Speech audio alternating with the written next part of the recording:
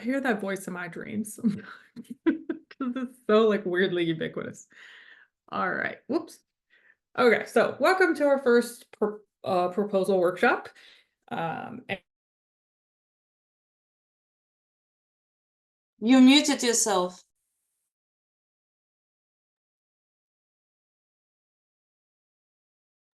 it told me the host muted everyone. Now Savannah's muted herself. Okay. Anyway. The cat muted us. Oh. All right. So exactly how these are going to go. Very informal, where Savannah's cat will mute us all, and then we'll actually get started. So recording this for everyone to watch who can't come to this time zone meeting, but as always, for folks who are here, feel free to interrupt. All right, so our first commentary is that we're going to go over registered reports and how that integrates into PSA proposals. So if I can find the button here, we'll talk with registered reports. What are the submission requirements? What makes a good proposal? And then leave a lot of time for questions. So registered reports. In general, these are like pre-registrations on steroids. So what you do is you write out the plan of what you're wanting to do and register it. The PSA uses registered reports quite a bit because it is an incentive for people who join studies that the paper's already been accepted in principle somewhere. And so most of our studies have used this format and outcome depending on timing and goals. And so we kind of want your proposal to look like that because the ultimate goal is to submit one. And so the way a registered report works is that we develop the idea when we design the study, and this is really where proposals fall, right? So we're going to have you submitting your proposal. That's kind of like a stage 1 peer review for a registered report. They will clearly change between the time that you submit it to the PSA and the time it actually gets started. From personal experience, they change quite a bit. But having your study with this kind of setup for a proposal will help you be more successful. And then in general, for registered reports, once you get it accepted or at least reviewed, depending on where you submit it, you collect and analyze the data, you write the report. This allows you to make it clear what analyses were confirmatory from the proposal and what analyses are exploratory, meaning you found them based on the data. And it also allows you to clearly denote any deviations to the design because, you know, if something happened or like COVID, for example, or things didn't go quite the way you planned. And so it allows you to really make all of the components to your study transparent. Okay? And so I have always seen them as a way to make things open. Sometimes people think of them as sort of a straitjacket is the analogy, and they're not meant to be because something will happen. All PSA studies have deviated from their registered report, sometimes small amounts, sometimes really large amounts. So this just allows us to really follow our mission statement of transparency and openness. Okay? And then you and then you publish it. Right? This whole process easily takes a couple of years, depending on kind of how fast the study can move and kind of global politics. Okay. So, slide went sideways there, but templates. So one thing I'm going to suggest is that you start by looking at the Nature Human Behavior template. A lot of people submit to this. I think a lot of our papers have been accepted there. It's a really great template for registered reports. It's a little, it's structured, but it doesn't have a lot of extra guidelines. But the table 1 is really what I wanted to show everybody. So let me pull that up. Okay. So I have the template open here. It's a Word doc. It's available on NHB's website. And it has a sort of a structure and requirements. If you want to make your proposal look like this actually has all the requirements that we desire as well. So very similar. But the important part is the table 1. This is not mandatory for a submission for a PSA proposal, but I do think it will help your proposal because it'll really force you to think about the hypotheses and the analyses that you are proposing to do. And I think they'll probably change, but this for me really helped me think about like, what am I actually wanting to analyze and what would actually be a confirmation of those results. And so you write in your question. This is sort of the vague, is there semantic priming, to use my study as an example? A hypothesis is the more specific null hypothesis testing or Bayesian questions. So for me, the null hypothesis is that priming is equal to 0 versus priming is not equal to 0. So I felt kind of like I was teaching my intro stats class the first time I wrote one of these. How are you going to power that specific analysis? Right. What are you going to use to analyze it? And then the interpretation given different outcomes is, right? So if for my study, if priming was less than 0.0001, it didn't support our results. It said, it was a null result, we wouldn't interpret it. If priming was greater than 0.0001, then this would be a positive outcome, and we would say that priming existed, as an example. I, however, was not very good at this table the first time I saw it. Was like, what the heck is this table? Make this a little bit bigger. There we go. So I recommend actually looking at 005's preprint. They have a really nice table design. And so I've included the link here. Let me open it. Sorry, it went to another screen. There we go. It's buried way deep in their paper, and unfortunately it's not called table 1, but you can find it. It's on page 15. This is way too small to read, but they have this exact kind of format for you that can really help you think about like, how do I analyze this? Okay. So I won't go over it to save time for questions, but I recommend looking at their paper. I've also included the preprint for the 007 paper because I've eventually came up with what table 1 should look like. So I'm giving you 2 examples of that for you to do. Now, this is optional, but I do think it'll help you write your analysis and power plan.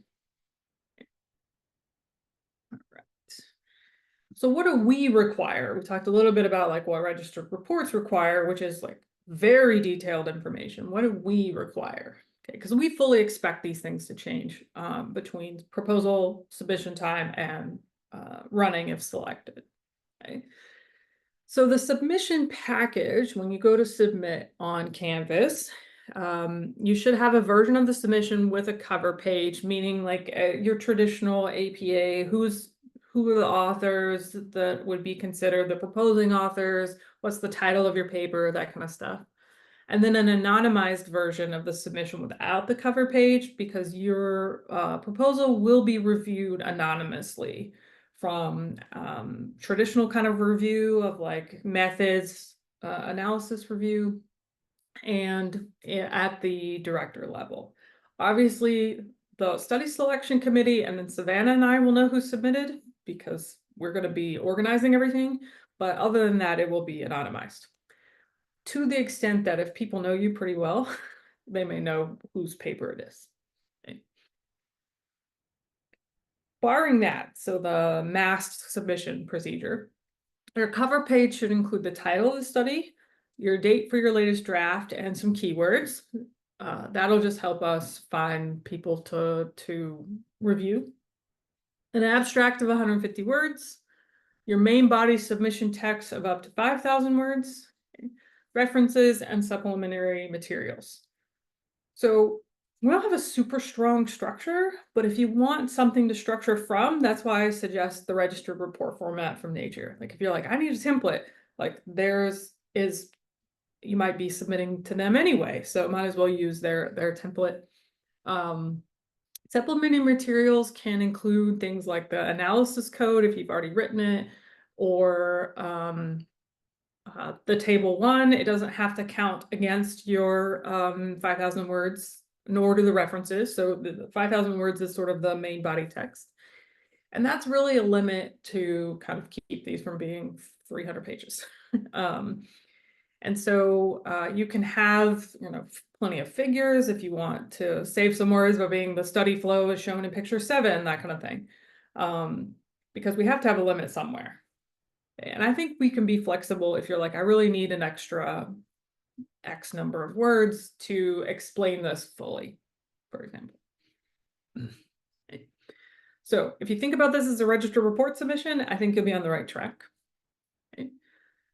And then we really wanted to cover like why people don't submit and kind of find a way to lower those barriers for folks. So people's imagined barriers, the things that we've heard from folks is that, oh, my research area isn't appropriate.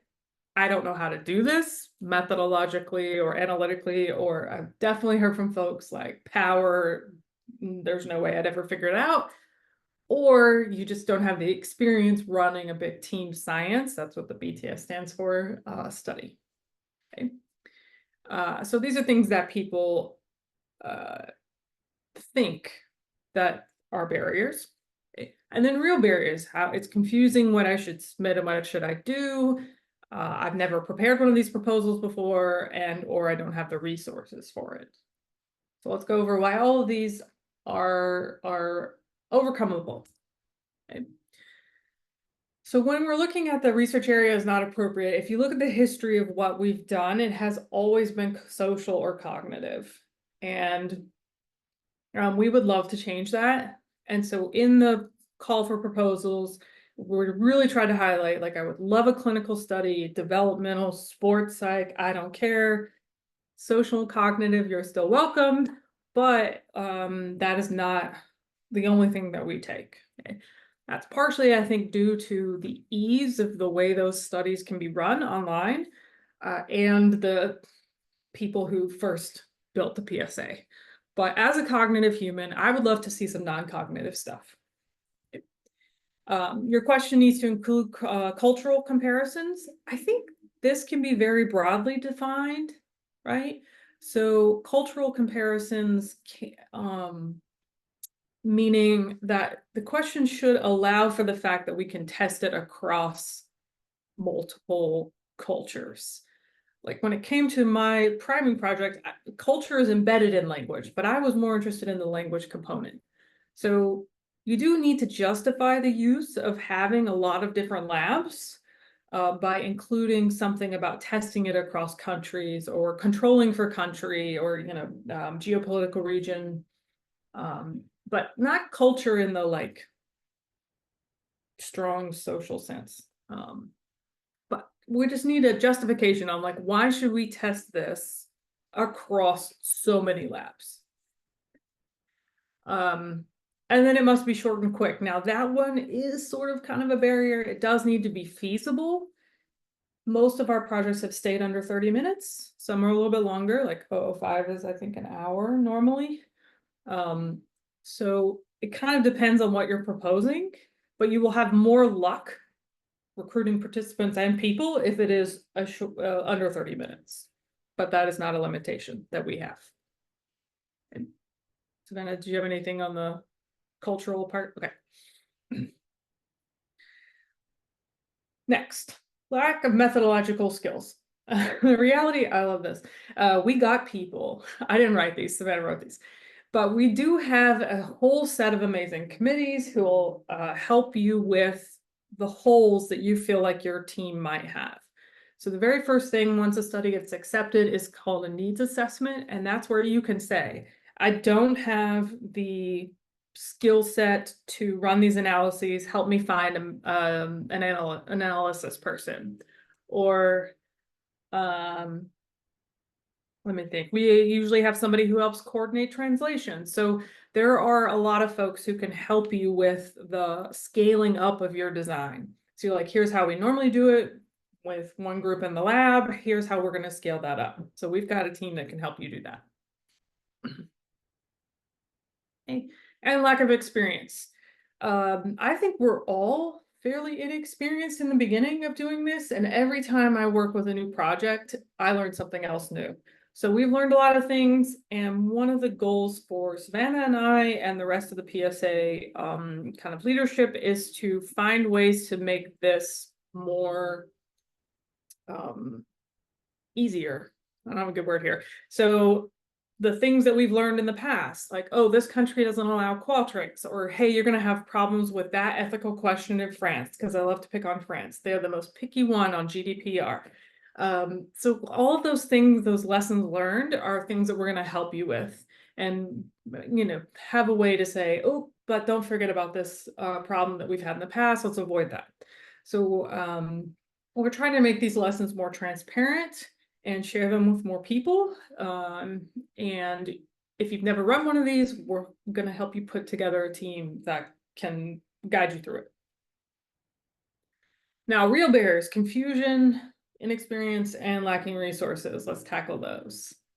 So confusion, that's what this is for. So hosting these workshops and presentations, it has been a long time since we've had an open call for all kinds of things. So we're trying new things to get people to submit who wouldn't normally get submit. And then there are multiple papers that we can share on the OSF page where people have written papers just about the process of big team science, or the shortcomings and challenges of big team science. I know Patrick has a really great one, and Nicholas has written more than several, but I've also learned a lot of things from reading. There's some really great papers from Mini Babies that include some helpful tips. Okay? And so we're trying to clear up this process and help people write their proposal in these workshops. And then the resources. Unfortunately, we are not made of money, but we're happy to help people apply for funding. So the PSA helped me find funding for my study. They've helped during the COVID studies, different members helped find funding for different things. So I think that the nice thing about this network is that we have folks in a bunch of different fields that can help you even know where funding might be, right? So you can ask for money in your proposal with a justified reason why for the costs. So we do have some money that we can spend on studies, but be sure you justify why this amount of money is necessary, and keep in mind feasibility. Okay. All right. So what makes a good submission? All right. Oh no, your pretty slides didn't format quite right, but the first one is follow the directions. But the things like submitting, making sure that you have all the right pieces, and the masked and unmasked page, that kind of stuff. This is just like all the granting agencies, right? If you haven't done that, they will reject your application if you put the comma in the wrong place.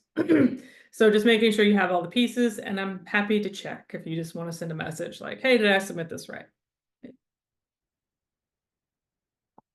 Justifying the use of the network is a big one. So why should we take this on? Why are having tested this? And sometimes this is really very easy. This doesn't need to be a complex answer. It could be, I want to study this scale, but having the cultural translations to other places and make sure that this scale actually works across all of these different cultural translations. Okay, that's an easy justification. But why do we think we need a large number of participants and across a varied number of places? Okay. Considering the reviewer evaluation, so we've given you the link somewhere. It might be in the call, but we can put it on the OSF page too, to what the reviewers are literally going to use to score your evaluation. So look at that, make sure you've kind of covered those points. Making it comprehensible for non-experts. So not everyone who will review this, including the network, will be an expert in your field. So making it understandable to folks, a wide variety of people, because then they'll want to join because they understand what's going on. Justifying your choices, so explaining clearly why you're using X scale or need these types of participants or this type of design, and know your audience. So the PSA does lean heavily social and cognitive, I think just because of our past history, but remembering that this is going to go to a broad audience of people. All right. So how are you going to be assessed on the proposal? So study selection is the first people who get this, who get it. And what they're going to do is look at the feasibility is one of the main components. Can this be done in the network of labs? Okay, so justifying like, here's why this can be done with the PSA. You know, it's okay if it has specialized equipment or special groups of people. You just have to say like, here's why I think this can be done within our network. And every time we have a study, we get new people. So there's always going to be outside recruitment. Okay. Does the study add value to the network? Okay. So meaning like, will people want to do it? Is it a study that we're going to be proud to promote, or is it more risky? And I think I'd have to ask Savannah explain risk again to me. Do you have a good example for that? Yeah, I think that like when you think about risk, for us, it's more of like we want to make sure that when we are using people across the globe, we're not using them just for their data. Like we're including them as collaborators. It's not just like uh stealing their resources and time, but they get absolutely nothing out of it. And so, and then the other thing is like what might be risky in other countries that maybe aren't, a risk as much as a risk in the United States. Mhm. So like some cultural questions on hot button topics might not be the best move if you're going to do this in like the Middle East. Mhm. Uh, and so like that is just something we think of when we talk about like how does this add risk or value to our network. Perfect. She did it much better than me. Um, and then clarity, I think is really this last point. Can we understand what the project is and how it works? So there is an initial sort of screen for these three things. Okay. Then if past that, it'll go to a reviewer evaluation. And we have the actual evaluation like Google form linked so that you can like kind of look at it and make sure that you understand what's going on. But what type of research is it? What is the area of psych that best describes this research? Because we've noted in the call that we're really looking for non-cognitive and social things. So our papers that fit into other categories will get a bump, a little bit more weight. The target number of data collection sites. Now you can be vague here because you just may not know. Like, but I will tell you that 100 is not an unusual number of labs. I think if we kind of took a big average of all of our different studies, that might be a kind of the middle of the road. And the target number of participants per data collection site. So this will also depend on their power analysis. But I will say that we tend to want to keep the requirement for labs not above like 50 participants is generally kind of our upper limit. Some studies have gone higher, some studies have gone lower. But if you say every lab needs 200 participants, then we might not consider that as feasible because it's going to exclude a lot of our labs that are maybe in low middle income countries or at schools that they don't have participant pools. So we're trying to be as inclusive as possible for our labs as well. So that's the first half. Second half. So does it require specialized equipment or software? And those two things are okay, but we need a way to know how it's still going to be feasible. Okay, so we've used specialized software for sure before. Okay. And can we make everything publicly available? That's one of our mission statements, is the transparency and openness. So can we make everything open at the end? Does your project require hard to reach samples? And is there proper justification that that'll be feasible? Now, I will tell you, Protzko has had a big thing about doing these studies in harder to reach samples and finding ways to really make this happen. So again, this is not a limitation, but it has to be addressed. Okay. And does the study expose participants to more risk than they would in everyday life? And is there a justification for that risk? I would say most of our studies haven't had this too much. 005 has a little bit of a thing on intelligence because it's studying stereotype threat, but they had the proper justification for that. All right, so check out the dates on the call for the reviewer process because it depends on which one you submit to. But the study selection committee will do the feasibility check first.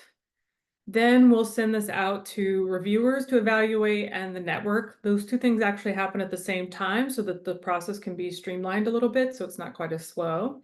And there's a list of questions on the Google form that they'll see. The network evaluation is actually very similar to the reviewer evaluation. It's just not quite as intense.